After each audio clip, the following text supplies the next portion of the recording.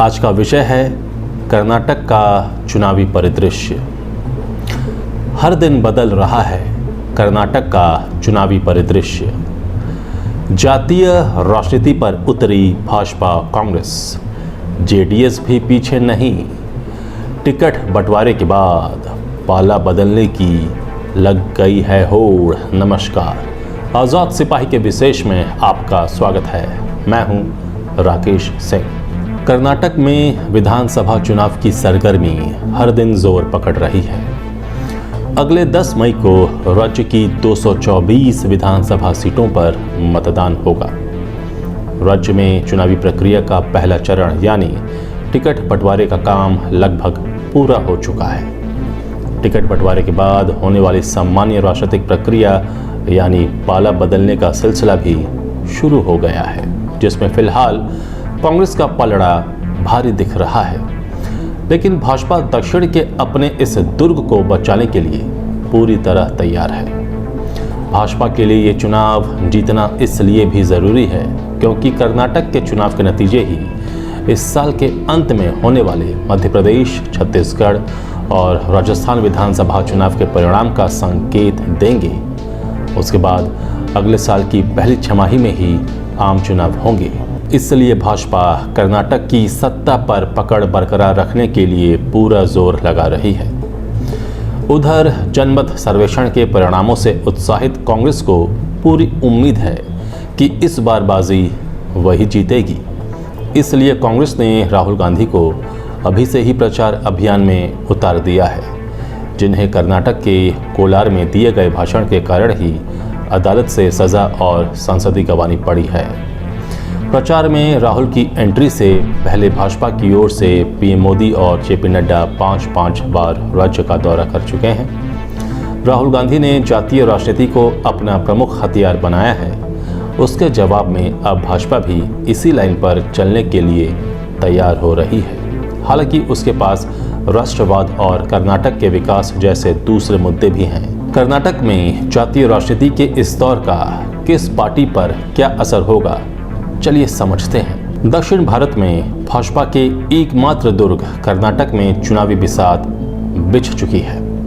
10 मई को राज्य विधानसभा की 224 सीटों पर होने वाले चुनाव में मुख्य मुकाबला भाजपा और कांग्रेस के बीच है।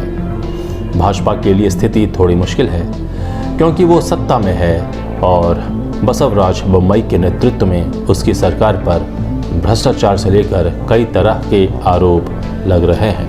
भाजपा इस मुश्किल से निकलने और अपने इस दुर्ग को बचाने के लिए पूरा जोर लगा रही है, जबकि कांग्रेस बेहद उत्साहित है।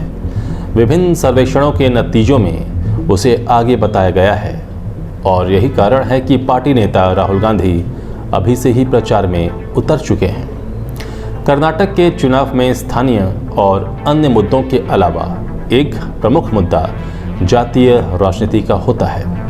कर्नाटक के बारे में कहा जाता है कि राज्य की सत्ता का फैसला लिंगायत और बोकललिगा समुदाय ही करता है। इसलिए कांग्रेस और भाजपा ने पूरे जोर शोर से जातीय राजनीति का खेल शुरू कर दिया है। दोनों पार्टियां इन समुदायों से वोट बैंक बनाने या तोड़ने के लिए संघर्ष करती नजर आ रही हैं। कर्नाटक में जातीय और समुदाय का मकड़ जाल ऐसा है कि यहाँ प्रधानमंत्री नरेंद्र मोदी की लोकप्रियता से लेकर दूसरे तमाम मुद्दे एक बारगी धाराशायी हो जाते हैं। कर्नाटक के सियासी समीकरण तेजी से बदल रहे हैं। चुनावी प्रक्रिया का पहला चरण यानी टिकट बंटवारे का काम लगभग पूरा हो गया है और इस प्रक्रिया के बाद होने वाली सहज स्वाभाविक प्रक्रिया यानी पाला बदलने का सिलसिला भी शुरू हो गया है। जिन्हें टिकट नहीं मिला वे नया घर तलाश रहे हैं, जिन्हें टिकट मिल गया वे चुनाव की तैयारियों में जुट गए हैं। पिछले एक पखवाड़े की गतिविधियों पर नजर डालें तो इस बीच कई बड़े उलटफेर हुए हैं। सत्ताधारी पार्टी भाजपा में टिकट बंटवारे को लेकर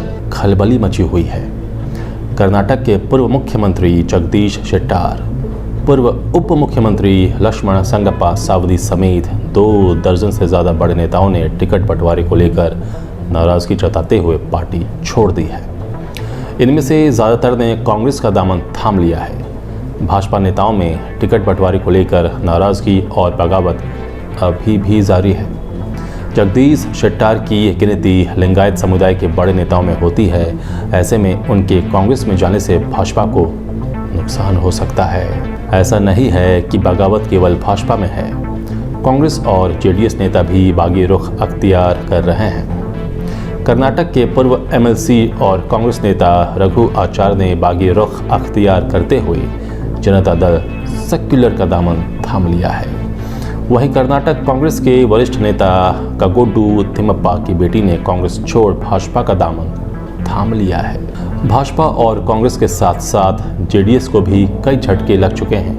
जेडीएस नेता अब्दुल अजीज ने पार्टी से इस्तीफा दे दिया है। इन्होंने नरसिम्हा राजा विधानसभा क्षेत्र से टिकट मांगा था। पार्टी की प्राथमिक सदस्यता और प्रदेश इकाई के सचिव पद से अब्दुल अजीज के इस्तीफे का पत्र प्रदेश इकाई के अध्यक्ष चंगाई मंगलोते इब्राहिम को सौंपा गया। बताया जाता है कि अब्दुल अजीज अब कांग्रेस में शामिल होंगे। इसके लिए उन्होंने कांग्रेस नेता सिद्धारमैया से मुलाकात भी की है। आरसीकेरे निर्वाचन क्षेत्र के जनता दल एस विधायक के एम शिवलिंगे गौड़ा ने भी पार्टी छोड़ दी है। गौड़ा के कांग्रेस में शामिल होने के आसार हैं। चलिए कर्नाटक की जातिगत समीकरण को समझते हैं। कर्नाटक में 2011 की जनगणना के अनुसार कुल जनसंख्या 6.11 करोड़ है। इनमें सबसे ज़्यादा हिंदू 5.13 करोड़ यानी 84% हैं। इसके बाद मुस्लिम हैं, जिनकी जनसंख्या 79 लाख यानी 12.91% है।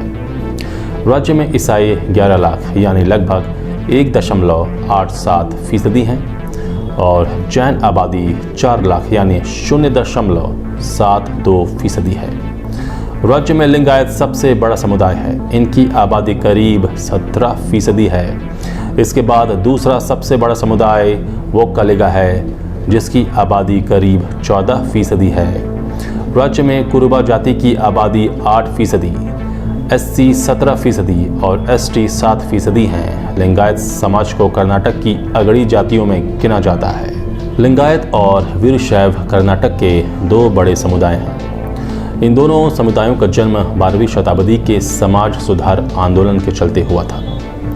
कांग्रेस, जो अपने गिने चुने गुणों में धर्मनिरपेक्षता और आधुनिक मूल्यों की शपथ लेती है, उसे बहुत कुछ गंवाना पड़ता है, क्योंकि वो समुदाय द्वारा मतदाताओं की गिनती भी करती है। इस चुनाव में दोनों पार्टियों के लिए जो सामान्य है वो ये है कि दोनों को अपनी अपनी पार्टियों के भीतर नेतृत्व संघर्ष का सामना करना पड़ रहा है। मुख्यमंत्री बनने की महत्वाकांक्षा किसी से छिपी नहीं है। कर्नाटक के सियासी गलियारों में पिछले हफ्ते 4 लिंगायत नेताओं की चर्चा जोरों पर रही।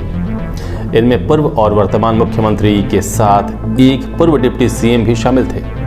बीएस येदियुरप्पा, जगदीश शेट्टार और बसवराज बोम्मई और पूर्व डिप्टी सीएम लक्ष्मण सावदी।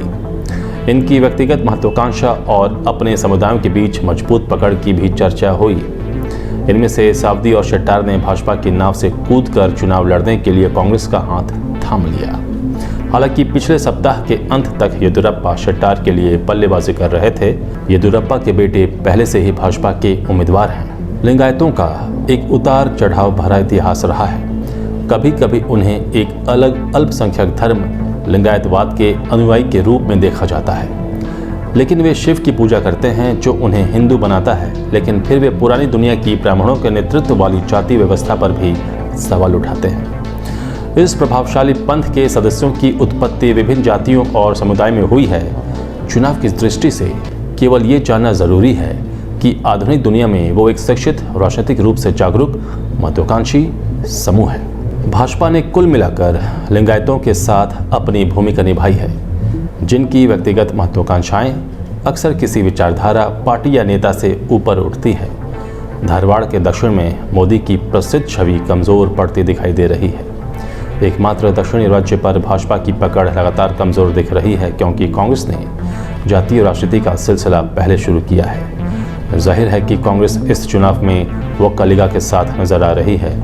इसका कारण भी है क्योंकि खुद कर्नाटक कांग्रेस अध्यक्ष डीके शिवकुमार इसी समाज से आते हैं।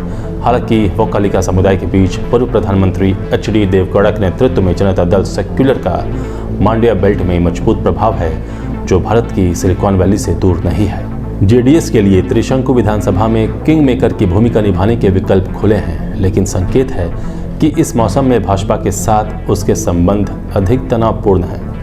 कर्नाटक में कांग्रेस ने कोई कसर बाकी नहीं छोड़ी है। उसने सावदी को लुभा लिया है और ख़ुद को लिंगायत और वोक्कालिगा दोनों के लिए स्वीकार्य के रूप में चित्रित करने की कोशिश कर रही है। सावदी को ये महसूस हो गया था कि भाजपा में लिंगायत समुदाय का प्रतिनिधित्व करने वालों की भरमार है, इसलिए उन्होंने मौके की तलाश की और कांग्रेस में चले गए। कांग्रेस की इस चाल के जवाब में भाजपा ने बड़े पैमाने पर विकास के साथ साथ अपने हिंदुत्व के एजेंडे को मिलाने की कोशिश की, लेकिन अब उसे समझ में आ रहा है कि कर्नाटक के तट्टे हिस्से के अलावा कहीं भी धार्मिक पहचान उतनी अधिक मजबूत नहीं है, इसलिए उसे अपनी रणनीति बदलनी पड़ रही है। ये देरी ही उसे महंगी पड़ती दिख रही है। आज़ाद सिपाही के विशेष में अभी इतना ही। आप हमारे इस YouTube चैनल को ज़रूर सब्सक्राइब करें और भी अधिक खबरों के लिए पढ़ते रहिए अपना लोकप्रिय दैनिक अखबार आज़ाद सिपाही। आप हमारे वेबसाइट www.azadsipahi.in को भी विजिट कर सकते हैं। धन्यवाद।